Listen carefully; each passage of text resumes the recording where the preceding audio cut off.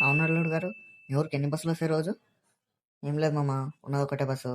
ఉదయం, సాయంత్రం అదే. ఉదయం వచ్చి ఎక్కించుకుపోతది, సాయంత్రం దింపుతది అంతే.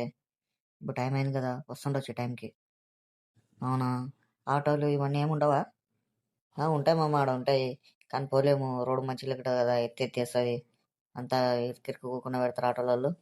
ఈ బస్సు అయితే జర ఫ్రీగా ఉంటుంది, మంచిగా పోవచ్చు, కొంచెంసేపు ఆగితే. ఇట్లానా? సరే సరేలే. మరి ఏం చేద్దాం అనుకుంటున్నావు అల్లుడు నువ్వు? జాబ్ చేస్తావా, ఏమన్నా వ్యాపారం చేస్తావా? ఇన్ని దినాలు ఎట్లా జాబే చేసినాం కదా మామ. ఇప్పుడే ఏదైనా వ్యాపారం పెట్టుకుందాం, ఎవరి కింద పని చేయకుండా ఏదో ఒకటి పెట్టుకొని చేద్దామని చూస్తున్నా. అదే ఏం చేస్తామని ఆలోచిస్తున్నా.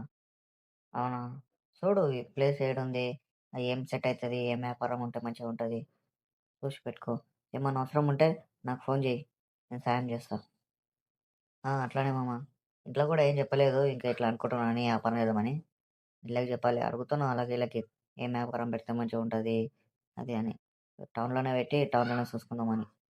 అది మంచిదిలే అల్లుడు గారు. టౌన్‌లో అయితే జనాలు ఎక్కువుంటారు. ఆ ఊరోళ్ళు, ఈ ఊరోళ్ళు తిరుగుతుంటారు. ఇక వ్యాపారం కూడా మంచిగా అయితది. నేను గట్లా అనుకునే చూస్తా ఉన్నా. ఏదైనా షాప్ దొరికితే ఏదో ఒకటి పెడతా మామ ఆడ.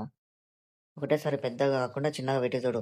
ఆ వ్యాపారం నడుస్తదా లేదా అని చూసి, ఆ తర్వాత పెద్దగా చేసుకో.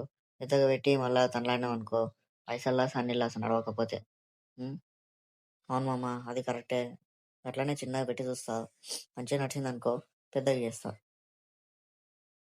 ఏం సురేష్, ఈడేం చేస్తున్నావు? ఏం లే మామ, మా మామగారు వచ్చిండు. అదే ఇట్లా బస్ ఎక్కిద్దామని వస్తే. అవునా? అరే నేను టౌన్కే పోతున్నా, ఎక్కమన్నాడు, బస్ స్టాండ్లో దింపుతా. సరే సరే మామ, ఈ బస్సు కూడా చాలా సేపు రాక, దానికోసమే చూస్తా ఉన్నాము. మామ, ఈ స్కూటర్ మీద పోతారా? ఆడ బస్ స్టాండ్ కాడ వదులుతాడు, ఆడ ఊరు బస్సు చూసుకొని ఎక్కండి. అలాగే అల్లుడు గారు. మాధవ మామ, ఆడ జర బస్ స్టాండ్ కాడ వదులు, మర్చిపోకు. చూపి ఎట్లా వాళ్ళ దారి ఆడ. సరే సర్లేలా, మళ్ళీ మంచి బస్ ఎక్కించి వస్తా గానీ. ఎక్కండి మామ. సరే అల్లుడు, ఉంటా మంచిగా. ఫోన్ చేయి నాకు ఏ సంగతి. అలాగే మామ, చేస్తా. సరేరా సురేష్, పోయేస్తాం. మా మామనేమో ఇంత మంచి ఆయన ఉన్నాడు. ఏం కావాల్సిన ఫోన్ చేయి, నేను చూసుకుంటా అది ఇది అని చెప్తున్నాడు. ఇంకా ధైర్యం ఇస్తున్నాడు నాకు. నేనేమో జానకితో రోజులలో పెట్టుకోవాలి, ఎట్లా పెట్టుకోవాలని చూస్తున్నా. అవతల నన్ను గీతనేమో సతాయిస్తుంది, పెళ్ళి ఎప్పుడు వేసుకుందాం, పెళ్ళి ఎప్పుడు వేసుకుందాం అని. ఇప్పుడు నేనేం చేయాలో నాకు అర్థమైతేనే లేదు. అరే సురేష్, ఎడుకొస్తున్నావురా? ఎట్లా ఉన్నావు? మంచిగా ఉన్నావా లేదా? ఎవరు నువ్వు? నా పేరు ఎట్లా తెలుసు నీకు? తెలిసినోళ్ళగా రాయి అని అంటున్నావు. అరే గుర్తుపట్టలేదారా? అరే మన ఇద్దరం ఒకటే క్లాస్ చదువుకున్నాం రే, ఈ ఊర్లో స్కూల్లోనే. మర్చిపోయినావరా? నేను సీనురా. అరే సీను, నువ్వారా? అరే సిటీకి పోయి ఇట్లా మారిపోయినా పోయేటప్పుడు ఎట్లుంటే ఇప్పుడు ఎట్లయినా? అరే సిటీకి పోతే ఎవరైనా మారాల్సిందేరా, బాయ్ అనాల్సిందే. ఇట్లుంటేనే రా సోకు.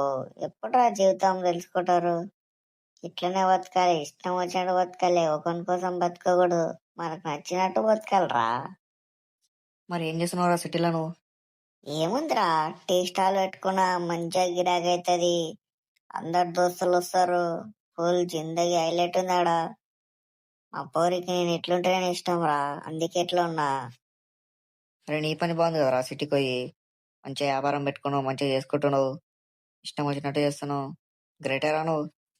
అవునరా, ఇంకా ఊర్లో అమ్మ నాయన చూసిపోదామని వస్తే. ఎట్లున్నావు నువ్వు? ఎట్లున్నావు? పెళ్ళైందంట, ఒక ఫోన్ లేదు, ఏం లేదు. అరే అవునరా, సడన్గా అయిపోయింది. ఎవరు నెంబర్లు కూడా ఎక్కువ లేవు, ఉన్నోళ్ళ కాడికి పిలిచిన అంతే. అవునా? ఇంకా మన వాళ్ళంతా ఎట్లున్నారు? ఏం చేస్తున్నారు?